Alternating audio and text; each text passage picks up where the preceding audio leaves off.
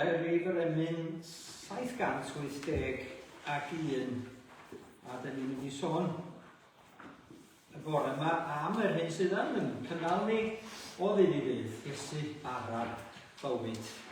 A fan am tlais yn gweddio yn y dwys distawrwydd, dyled air fyny, fod yna rhyw dyhead ni'n amaw, ynde? Tored, dyleferydd, sanctaidd ar fy nghyw. Ysbryd gras a bywyd i'w deiriau pyr. Porthi'r Bara sydd yn bwyd yn wir. 781.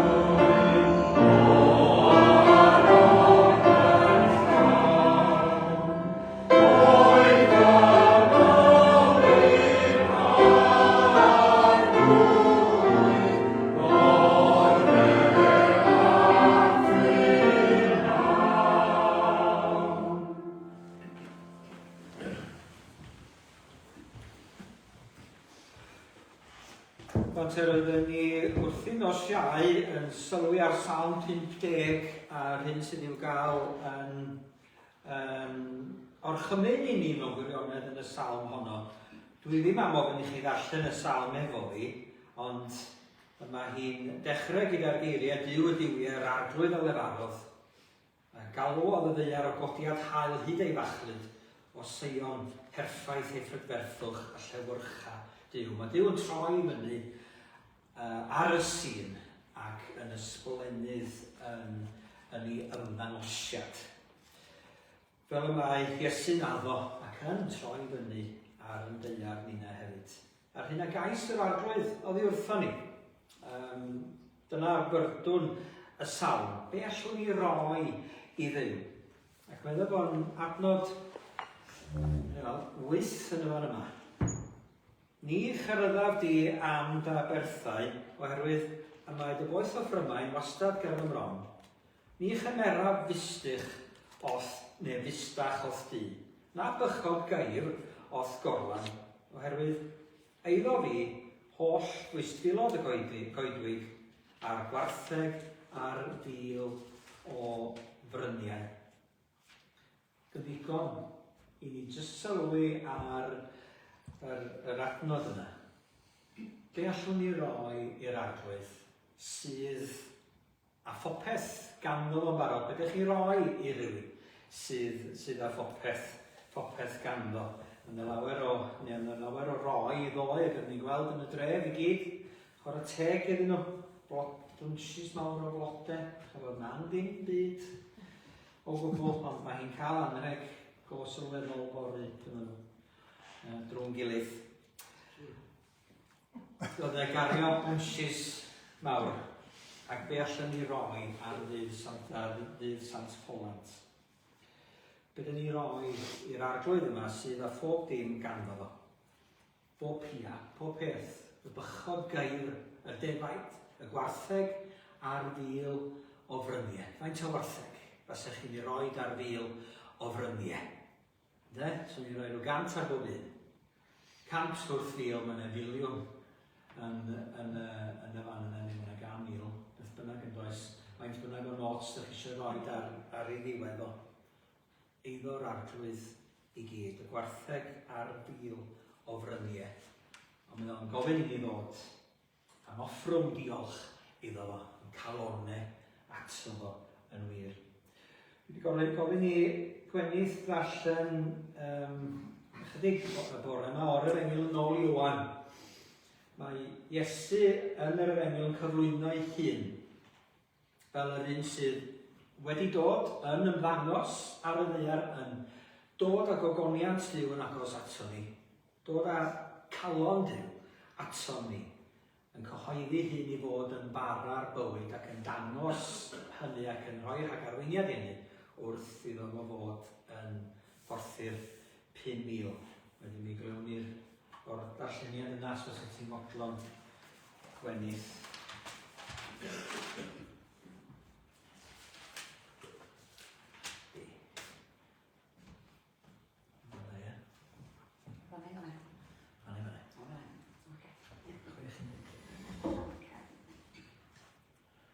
Ar ôl hyn, aeth Iesu ymaith ar draws môr Galilea, hynny yw, môr Tiberias.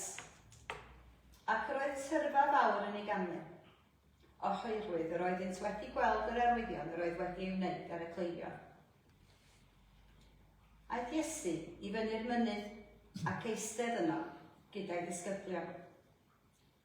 Yr oedd y pas gwyl yr Iddewon yn ymyl. Yna, cododd Iesu ei lygad ac gwelodd fod tyrfa fawr yn dod tuag eto, ac meddai wrth Philip, ble a gallwn brynu bara i'r rhain gael bwyta. Dweud hyn yr oedd i roi prawf arno, oherwydd gwyddai ef ei hun beth yr oedd yn mynd i wneud. Atebodd Philip ni byddai bara gwerth 200 o ddarnau arian yn ddigon i roi tamad bach i bob un ohonynt. A dyma un o'i ddisgyblion, Andreas, brawd Seimon Pedr, yn dweud wrtho, y mae bachgen yma a 5 torf haid a 2 bysgodyn ganddo.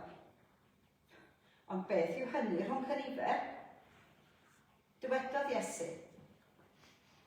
gwnewch i'r bobl eistedd i lawr. Yr oedd llawer o laswellt yn y lle, ac eisteddodd y dynion i lawr, rhyw 5,000 ohonynt. Yna, cymerodd Iesu y torthau, ac wedi ddodiolch fe rhannodd i'r rhai roedd yn eistedd. Gwnaeth yn un peth hefyd ar pysgod, gan roi i bob un faint a fyna.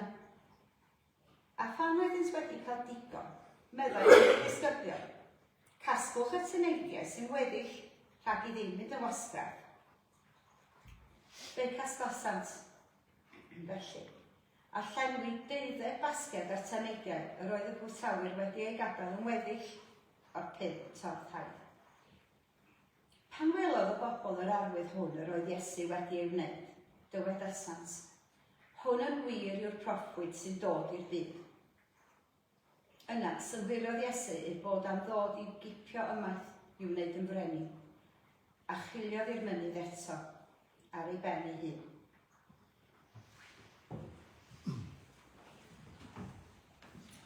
Diolch yn fawr, hanes Porthi'r 5,000 o ddynion sy'n cael eu cyflwyniad ac sydd yn eistedd i lawr, ac mae'n siŵr yn bod yna rhywbeth yn debyg o wragedd ac yn y fachgen bach yno hefyd, y plant wedi dod hefyd. Faint oedd yno, wyddon ni ddim yn iawn. Faint oedd ein i gostio i'w bwydo nhw i gyd.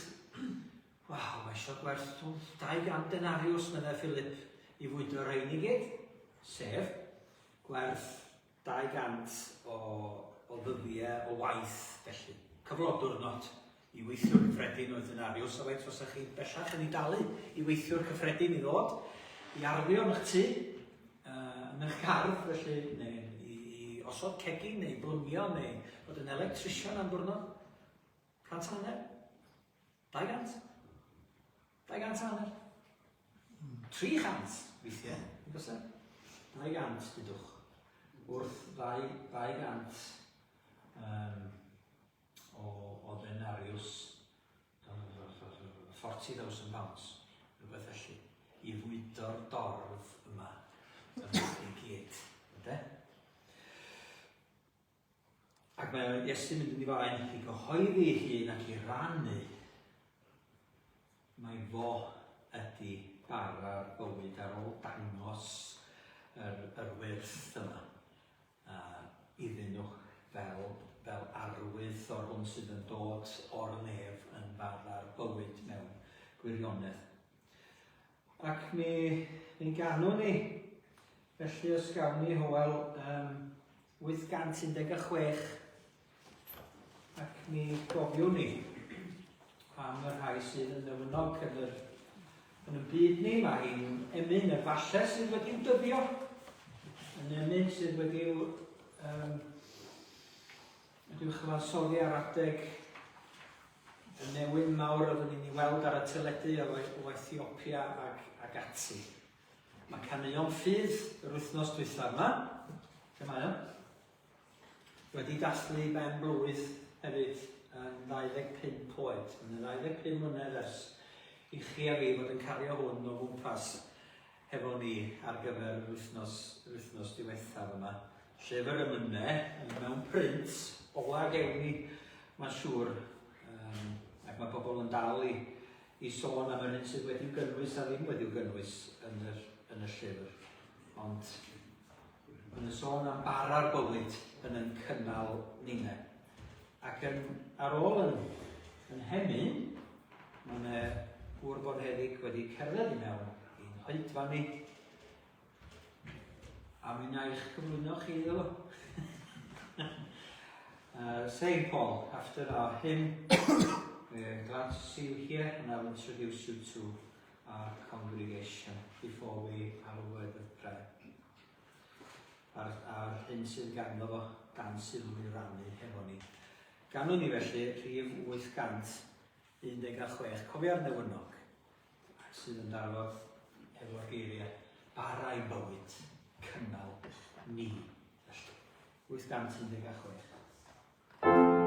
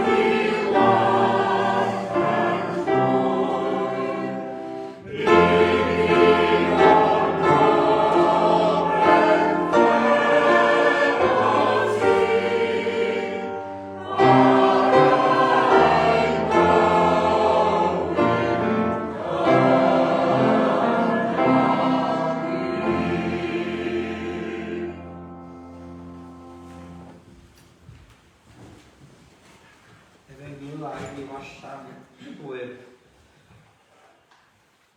Rwan te, un diarth wedi cyrraedd i mewn, ond mae o'n reit saff.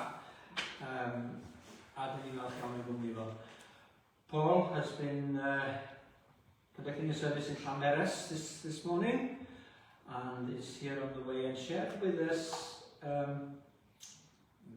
in our prayer meeting, joint prayer meeting as churches together in Mull about an initiative over Lent dros gyfnod grawys wan sy'n y dechrau dydd Mawrth I fod yn gweddio. And I'm going to ask Paul to share with you as a congregation also about this initiative and encourage you. Mae'n dda gallu lleisiau eraill dydy i'n hannog ni heblaw bod chi'n gallu switch off I fi pan dwi'n deud pethau falle, ond mae'n dda cael rhywun arall I fod yn hannog ni I weddi.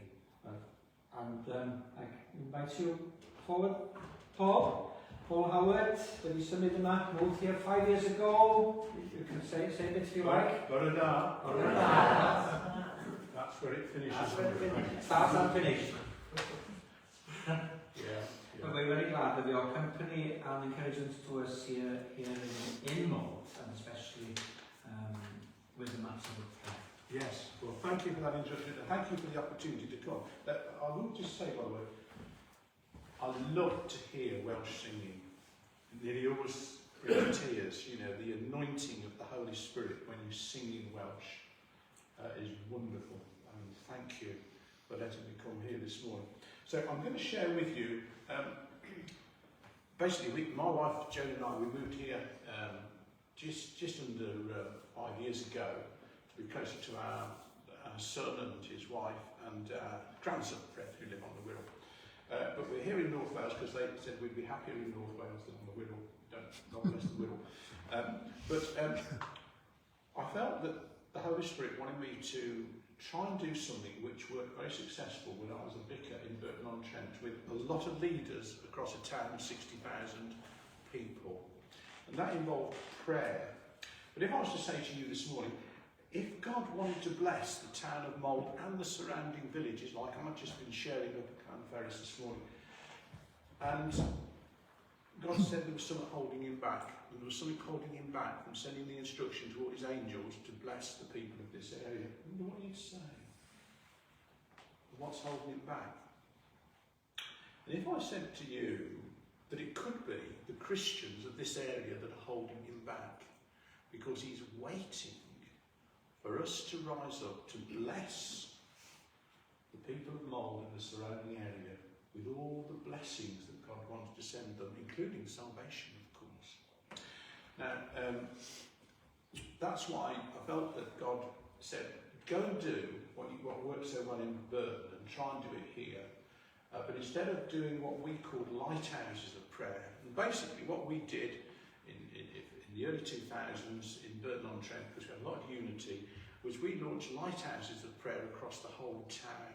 And people of different churches would meet with people of other churches and they would bless their road, a school campus. People would meet just for between 30 minutes and an hour a week with perhaps 2 or 3 others to pray blessing on the families they'd chosen to bless. Okay. And this had a massive effect in Burton-on-Trent because it's as though God began to move in a way we haven't seen him move, and particularly people inquiring about the Christian faith and coming to faith. And I'm just going to share one story with you to encourage you of what God did in Burton-on-Trent. I used to have 2 morning services. I used to have a more traditional 9 o'clock service, and I had a church building much like St Mary's up the road, except it wasn't grade 1 listed. Thankfully it was only grade 2 starred, but it was late Victorian. It didn't have the history that the church up the road has. One of my church members, a lady in her early 60s, she was a farmer's wife, as there was, you know, countryside not far from where we were on the outskirts of Burton-on-Trent on the Derby side. near the River Dove, as it goes into the River Trent, if you know your geography of that area. And she would often come to this service, and she would often talk to me at the end about how desperate she was for her son, who was a farmer. I think he may have been running the farm by that time, but he showed no interest in the Christian faith, etc. And she really didn't want him to come to salvation, and I used to say the things that vicared. Anyway, when we were running these lighthouses, I think I lost my rag almost, and I said, "Janet, are you in a lighthouse of prayer?" "No." I said, "Why don't you go," and many of her friends were in these lighthouses, "to one of the lighthouses and get them to join with you in praying for your son?" And I probably quoted this promise from Matthew chapter 18, where Jesus says, "Again I tell you that if two of you on earth agree about anything you ask for, it will be done for you by my Father in heaven. But where two or three come together in my name, there I am with them." You see, there's a power when you meet with one of the Christians to pray that may not be there when you're just praying on your own. And that's what Janet was to find. Anyway, long story short, because I don't want to take the preaching, I don't know where you've got up to, so there's a lot more things in this service. She went to the Lighthouse of Prayer with a couple of other friends who went to that 8 o'clock service, and they started praying regularly. Anyway, we were then running a few months later, and these lasted perhaps longer than Lent. We were going to have a joint Alpha course across the town, where we were going to have a central supper for the whole of Burton-on-Trent. There were about 6 or 7 churches going to run Alpha courses, and we was looking to invite people. Anyway, the good news was someone invited, it might have been his mother, this gentleman who was a farmer, to the Alpha supper, and amazingly he went. Well, she greeted me at the church door the next week. "He's come to the Alpha supper." The next thing was to get him to go to the course. Did he come to the one that we were running? No.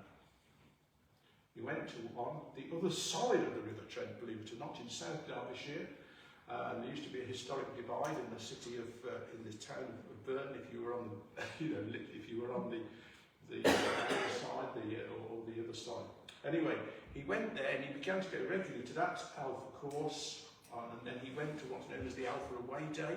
And on the Alpha Away Day, you had a chance to be filled with the Holy Spirit or give your life to Jesus Christ. He gave his life to Jesus Christ. Well, his mother was over the moon. And of course, the ladies in the prayer group were praying hard. And then, of course, the final thing was, at the end of the Alpha course, he'd come to join our church. Did he? No. He went to another church, more rural church, where he began to go regularly, and later on he became a churchwarden. But you see, the prayer lighthouses is the key. We're not going to do lighthouses. Some of you might be familiar with Felderbrennen. Well, I pronounced it incorrectly, forgive me. It's a retreat house near Fishguard, well worth visiting. But they did some training here at King's Church 2 or 3 years ago on local houses of prayer, which are very, very similar. And they produce lots of materials, and I brought some of their materials, and those are what we're going to use in Malden, this area. And so, here's the adverts coming. If you think, I'd like to do that, have one of the prayer cards. There's a few there. Trevor or Hugh may have others. This is a leaflet which explains more. And then there's a booklet. This is my only booklet left, but I can leave it with you. But you can download this for free off their website. Hugh or Trevor may have other, materials still in their possession, which they can, and I've got more on order. And say, I'd like to sign up. And I'm encouraging people to sign up and say, I'm going to do one, because we'd like to map it and see what areas of this town and the other little villages around that are going to light up and have a local house of prayer for this period of Lent. Let me give you a final word of encouragement of where we're up to. My friends up at King's Church are sharing about this morning in their services, and they've already appointed someone who's going to liaise and recruit people. When this was shared at New Brighton, where sometimes my wife and I go to, the Lady Vicar, Jeanette, said straight away, we'll use this booklet for our Lent course. So we're expecting to be praying for the area of New Brighton and up near the Bywyd High School where we live, hopefully. I met with one of my friends from the Salvation Army this week, and they're going to use it for their pause for thought in their cafe in this period of Lent. St Mary's are just getting started with it, people are signing up, and I shared it with the rural churches. And wouldn't it be great if lots of you here at Bethesda outshone even all the others, healthy competition with other churches, and that we're going to have so many local houses of prayer. And I'm looking to join a group of Mould. If any of you are interested, you say that you don't speak Welsh, but I've understood, you can correct me, Hugh, that Amen is the same in English and in Welsh. So you could pray your prayer in Welsh for your neighbour or family member, and I could say Amen, and I could pray mine in English. You might understand what I'm praying, but there'll be power in that. So I'll leave it with you. If you'd like to hear more, I'll be here at the end of the service to talk to you, and it'd be lovely to hear more from you. God bless you. Thank you.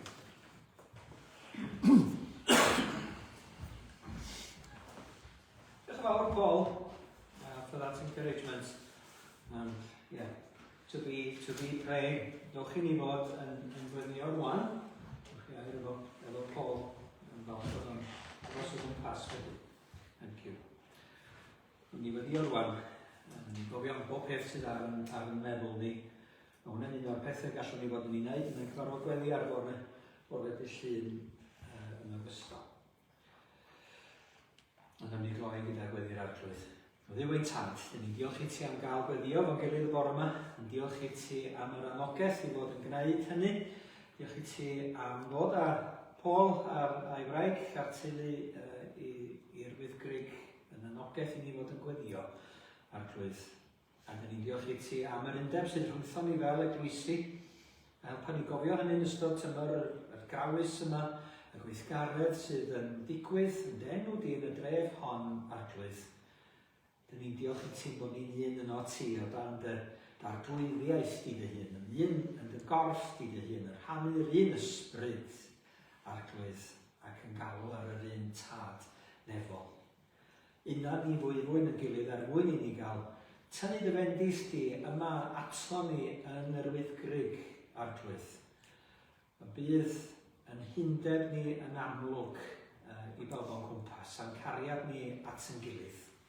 Y bydd yn gweddi ni'n codi ata ti o dad ac yn cael ei gynyddu a'i luosogi.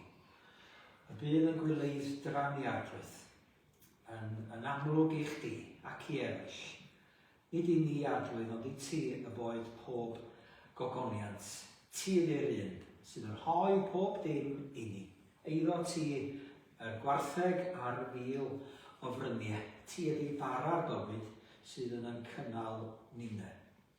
Arglwydd, dyn ni'n gweddio o'r bore yma am tristwch sydd wedi bod yn plith ni ac yn para rhif llawer o deuluoedd Arglwydd y gwyddon ni amdanyn nhw ac yn yr eglwys hon. Yn gofyn i chdi o dad eto fod yn cysuro'r rhai sydd mewn galar dwfn. Yn gofyn i ti fod yn agos iawn at Ann a Tom Jones a'i cynnal nhw Arglwydd yn y colled fawr yma eto colli i hunig ferch. Arglwydd da, helpad y bobl i lapio amdanyn nhw hefyd, i roed bob gras i ni'n gael bod yn bobl i chdi ar y fychlysur hwn. Bydd efo pob teulu arall Arglwydd sydd mewn profedigaeth ar hyn o bryd ac y byddi di'n rhoi y gymorth athgysur athnerth iddyn nhw i'w cynnal nhw drwy'r profiad yma, drwy'r golled ac yn y golled yma Arglwydd. Ac hynny cynorthwyo nhw i fwrw i baich arna ti dy hun. Arglwydd da, bydd efo pawb sydd mewn unrhyw fath o weiledd neu angen y dyddiau yma. Diolch i ti am teuluoedd oedd yma gyna yn yr ysgol Sul a'r brecwast. Ni'n gofyn dy law di fod arnyn nhw i gyd Arglwydd. Diolch i ti am bob cyswllt sydd gen o ni. Diolch i ti am bawb a ddaeth ac a fydd o wrthi'n sgwrsio dydd Mercher Arglwydd. Diolch i ti am yn cymdogion ni yma yn y capel ac o'n cwmpas ni. Y fflatiau acw Arglwydd wedi dod o bellafoedd byd ac yn ceisio cartref yn plith ni. Y fflatiau o'n cwmpas ni Arglwydd, gannoedd o fflatiau o'n cwmpas ni. Arglwydd, gad i ni'n fod yn y fan yma hefyd, yn le o leini i adlu llywyrchu dy gariad a thras di dy hun yn y dref hon, Arglwydd. Bod y fendith di arno ni, am y bod ni'n gofyn y cyfan yn enw Iesu Grist, a roddodd i ni batrwm o weddidwch i ni gyd wedi o gweddi'r arno. Ein tad. San Seier, Darllen, Newid, Megisner, Felly, Dyrwy heddiw yn Bara'r, a Myfi yn ydw, fel yma yw'n ydw, a cacawr i'n gwrgyda, ydy'r gwared i'n radwg, ac yn sy'n o sy'n denas, a nef, a Gwenith, yn ôl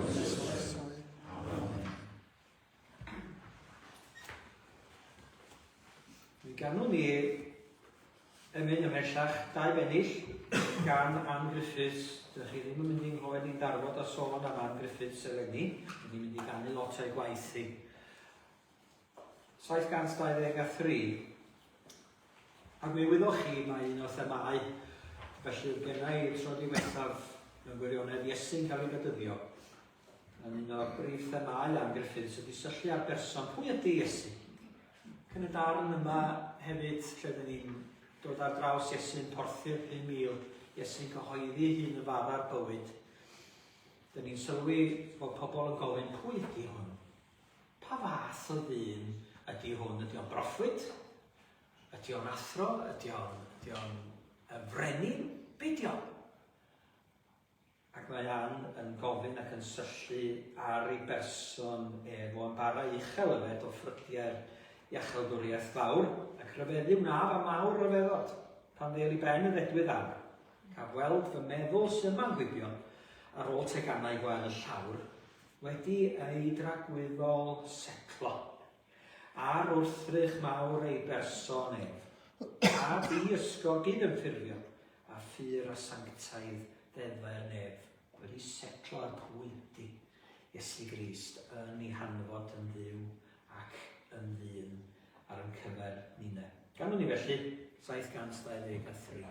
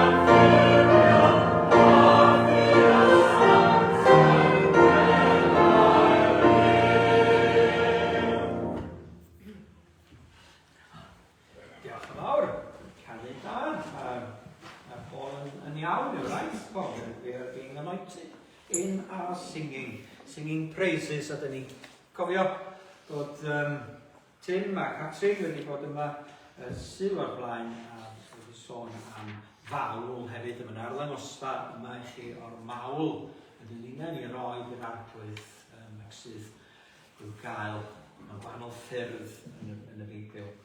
Mae'n sylwi yn sydyn a brysiog fel yr ydyn ni. Felly, ti'n dilyn ymlaen, os oes yna lun, mi fydde'n handi cael llun. Llun o'r bara. A meddwl, pa fath o bara? Pa fath o bara ydych chi'n hoffi? Ydych chi'n talu'n ryd amdano?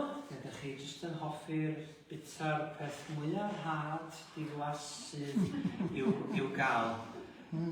Tesco Basics, pint y dorth, be bynnag, ag sydd fatha toes yn eich arfer, yn eich ceg chi. Ond mae'n fara, a hwnnw'n fara, dydy? Ac o'n i'n edrych ar luniau fara ac yn sylwi, os fasach chi'n archebu gan gwmni nid anenwog sy'n gwerthu bob dim ar y we, sydd a fforest oedd un enw yn Brasil. Mi fasnu Afon hefyd. Mi fasech chi'n gallu cael dorth yma sydd yn Perfusion Organic Protein Bread, rye and flaxseed, whole grain, source of fibre and alternative to wheat bread, low carb bread, vegan and plant-based product. Am 31 pint. Ne, am y dorth yna, dwi'n gwybod os basau nhw'n delifro'r dorth i chi am hynny, debyg iawn. Neu'n dod, falle, bod o ddim yn digwydd eto, ond falle yn dod ar yw dron ac yn gollwng y dorth wrth eich drws ffrynt chi. Mae'n wahanol fathau o fara yn does, a jyst meddwl am yr hyn yma Iesu yn ei ddarparu i'r dorf yma. Pam bod o'n darparu? Oherwydd, smidwn ni at o'r wrth y llun bara. Pam bod o'n darparu? Oherwydd bod o'n tosturio wrth y dorf, bod gan o feddwl ohonyn nhw, bod o'n teimlo drostyn nhw, heb fara. Felly mae'n mynd ati i roi bara iddyn nhw. Ac pa fath o fara mae'n ei roi? Wedi o'n rhoi y Tesco Basic pint y dorth yna iddyn nhw? Ai rhywbeth, rhyw fara ffwrra hi mewn i roi iddyn nhw? Ond ydych chi wedi meddwl yma, pa fath o fara oedd yma? Ydych chi wedi meddwl blasu'n y dorf yma? Y gwmnïaeth, y bara wedi'w rannu, pysgod wedi'w lluosogi hefyd. Pa fath o pysgod a bara? Oedd o'n union rhyw fath ar y stwff y daeth yr hogyn bach efo fo. Y 5 torth haidd a'r 2 bysgodyn. Neu oedd o'n well byth. Oedd o'n hoglau da nhw, oedd o'n hoglau da. Yma yw ar ôl yr pastries yna, adeg brecwast. Mae'n hoglau da yn cael ei roed yn aml yn does drwy'r llefydd yma mwyn gwneud i chi ddod eich denu chi at y counter bara ac isio bod yn blasu ohono fo. Meddwl am Iesu'n troi'r dŵr yn win. Yn win gwahanol i'r gwin oedd wedi rhedeg allan. Ond yn win gwell na'r gwin oedd wedi rhedeg allan. Y gwin daearol na gwin wedi'w gynhyrchu nôl y prosesau arferol. Allwn ni ond dychmygu bod y bara yma'n well hefyd. Yn fwy blasus, yn fwy sawrus ac arogl gwell fydd arno fo. Ac yn arwydd o'r hyn yma Iesu'n i ddarparu ar ein cyfer ni. Nad ydy o ddim yn rhoi rhywbeth i ni. Nid rhoi cynhaliaeth yn unig mae o. Ond mae o'n rhoi ac yn gaddo rhoi bywyd yn ei holl gyflawnder. Chymod, dyn ni fawr yn braint yn cael bob peth yn y gwledydd yma, a gyda'r breintiau yma y rifoldeb yn dod. Dyn ni'n diolch am gynhaliaeth o ddydd i ddydd. Fyddwn ni'n diolch ar adeg y diolchgarwch am y pethau hynny. Ond mae'r cwbl i fod i arwyddo pwy ydy Iesu Grist, a'i fod o yn darparu yn helaeth ac yn darparu'r gorau ar ein cyfer ni. Bywyd yn ei holl gyflawnder. Mae'n holi. Pwy ydi o? Pwy ydi hwn sy'n rhoi y bara i ni? Hwn di'r proffwyd. Hwn di'r proffwyd. Be maen nhw wedi gwneud o proffwydi o blaen ydy'w lladd nhw. Wedi anwybyddu i geiriau nhw. Be wahaniaeth fydd hwn os ydy o'n proffwyd neu beidio? Hwn ydy'r brenin yr oedden nhw ar fin dod a'i gipio fo i ffwrdd er mwyn i'w wneud o'n brenin. Achos, bod nhw wedi rhoi bara yn nhw. Achos mae unrhyw wleidydd sydd yn rhoi unrhyw beth i bobl i'w ganol, dydy? Yn gaddo, mae nhw wrth i gyd flat out rwan yn mynd trwy manifestos ac yn ei darparu nhw ar ein cyfer ni yn yr wythnosau nesaf. Ni'n gweld un manifesto yn cael ei ddarparu dydd o'r blaen gan rhyw weithiwr bach o ddarfwrdd y gegin ac edrych ymlaen i weld o i gyd be maen nhw'n addo, be mae'r pleidiau ma'n addo i ni. Oedd hwn, Iesu Grist wedi rhoi bara, wedi rhoi cynhaliaeth iddyn nhw, ac maen nhw'n barod iawn i'w ddilyn o, a'i godio, a'i wneud o'n brenin oherwydd bod o wedi gwneud hynny. Ond mae Iesu yn diflannu i'r mynydd cyn iddyn nhw gael cyfle i wneud hynny. Chydig mewn wirionedd sy'n sylwi pwy ydy Iesu. Mae'n fysteri iddyn nhw lle mae Iesu wedi mynd, ac yn dilyn yr tamed yma, mae hanes y storm ar y môr yn digwydd, ac fel mae Iesu'n cerdded atyn nhw ar y môr ac yn cyrraedd yr ochr arall. Mae'n ddirgelwch iddyn nhw sut mae Iesu'n cyrraedd yr ochr arall. Ond mae'n fwy o ddirgelwch iddyn nhw. Pwy ydy hwn? Pwy ydy'r dyn yma sydd yn rhoi bara iddyn nhw? Ac mae'n mynd ati i ddweud wrthyn nhw mae bod i'r bara sydd wedi dod o'r nef ei hun. Mae'n anodd ganddyn nhw gredu a gweld pwy ydi o. Mae yna lawer o bethau yn dallu i meddwl nhw. Rhai ohonyn nhw i'w cael yn y fan yma. Y materoliaeth yna. Pethau sydd o'n cwmpas ni bob amser. Pethau dyn ni angen ac yn meddwl bod ni angen. Yn cadw ni feddwl am Iesu fel rhywun sydd yn darparu ar ein cyfer ni. A bod ni isio rhywbeth gan Iesu, be gawn ni gael felly. Ond nid yna mae Iesu'n iaddo i ni. Nid pethau mae Iesu'n iaddo i ni, ond perthynas. Isio ni rodio gyda go. Isio ni fod yn rhoi yn bryd arno. Yn ei garu fo ni ddilyn o y mae o. Nid yn dod oherwydd y pethau dyn ni'n ei gael o ddydd i ddydd ac sy'n dod o'i mawi.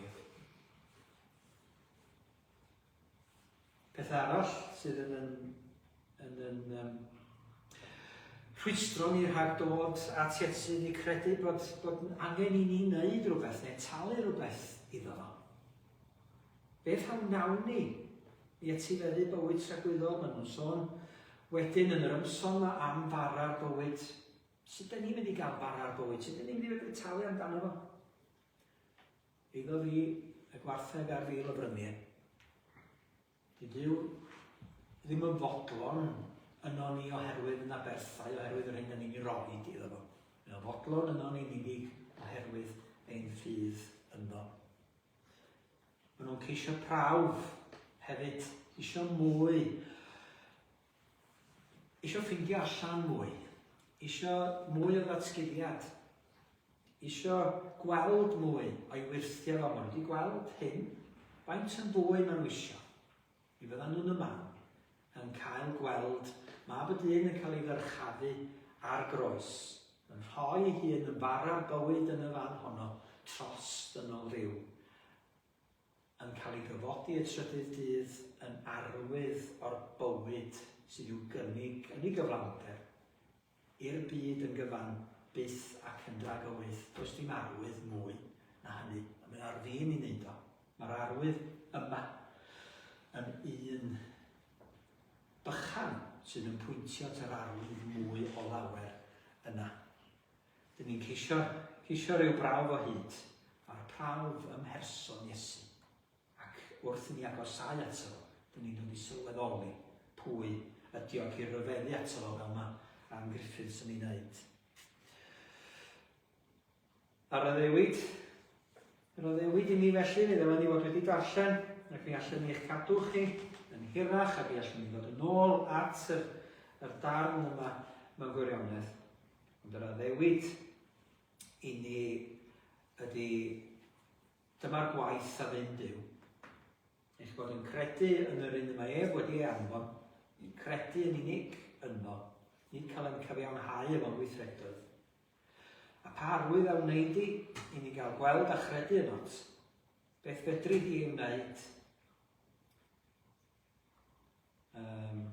Ac mae o'n dweud yn y fan yma bod o'n fwy na Moses, yn fwy na popeth a phawb sydd wedi bod o'i flaen o. Wedi disgyn o'r nef I wneud ewyllus, a nid I wneud ewyllus fy hun, ond yr hwn am hanfonodd I. Ar y ddewyd sydd I ni, dyma di ewyllus o nad wedi golli neb o'r rhai y mae wedi roi I ni, ond fy mod i'w hatgyfodi yn y dydd olaf.